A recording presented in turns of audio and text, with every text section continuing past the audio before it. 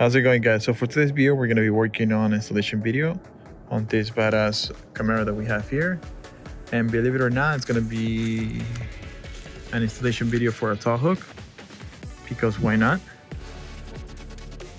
And part number for the tow hook is vz102223. Leo, if you could please come in. So here we have the tow hook. And believe it or not, we're going to be doing an installation video because we have gotten quite a few requests for the installation. So essentially, the tow hook bolts right in using the factory threads. So Leo's gonna go ahead and proceed to do installation. As you guys can see, there's the hole right here. All you gotta do is just put this in the hole and start twisting it to the right.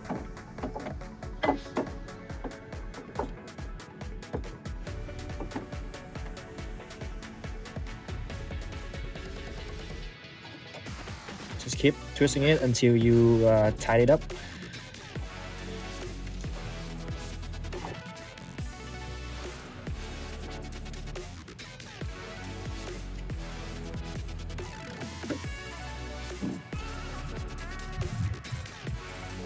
And there we go.